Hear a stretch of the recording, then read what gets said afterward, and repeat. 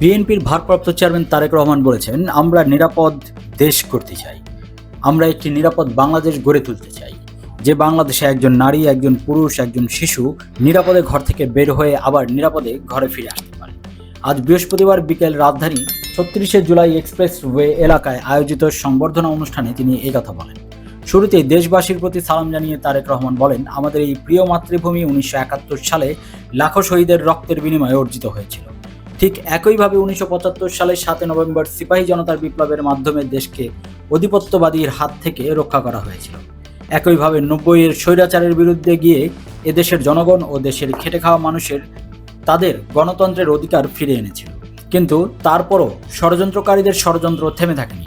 আমরা তারপর দেখেছি ৭১-এর মতো ২০২৪ সালেও এদেশে ছাত্র জনতা সহ সর্বস্তরের মানুষ, কৃষক, শ্রমিক, গৃহবধূ, নারী, পুরুষ, মাদ্রাসার ছাত্র সহ দলমত নির্বিশেষে ২০২৪ সালের ৫ই আগস্ট এদেশের স্বাধীনতা ও সার্বভৌমত্বকে রক্ষা করেছিল। তারেক রহমান বলেন, আজ বাংলাদেশের মানুষের কথা বলার অধিকার ফিরে পেতে চায়। তারা তাদের গণতান্ত্রিক অধিকার ফিরে পেতে চায়। বাংলাদেশের মানুষ চায় তারা তাদের যোগ্যতা অনুযায়ী ন্যায্য অধিকার পাবে। আজ সময় এসেছে সবাই মিলে দেশ গড়ার। এদেশে যেমন পাহাড়ের মানুষ আছে, এদেশের সমতলে মানুষ আছে। এদেশে মুসলিম, হিন্দু, বৌদ্ধ, খ্রিস্টান সহ বিভিন্ন ধর্মের মানুষ বসবাস করে।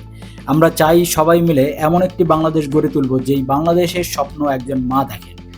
একটি নিরাপদ বাংলাদেশ আমরা গড়ে তুলতে চাই, যে বাংলাদেশে একজন নারী, একজন পুরুষ, একজন শিশু নিরাপদে ঘর থেকে বের হয়ে আবার নিরাপদে ঘরে ফিরে আসতে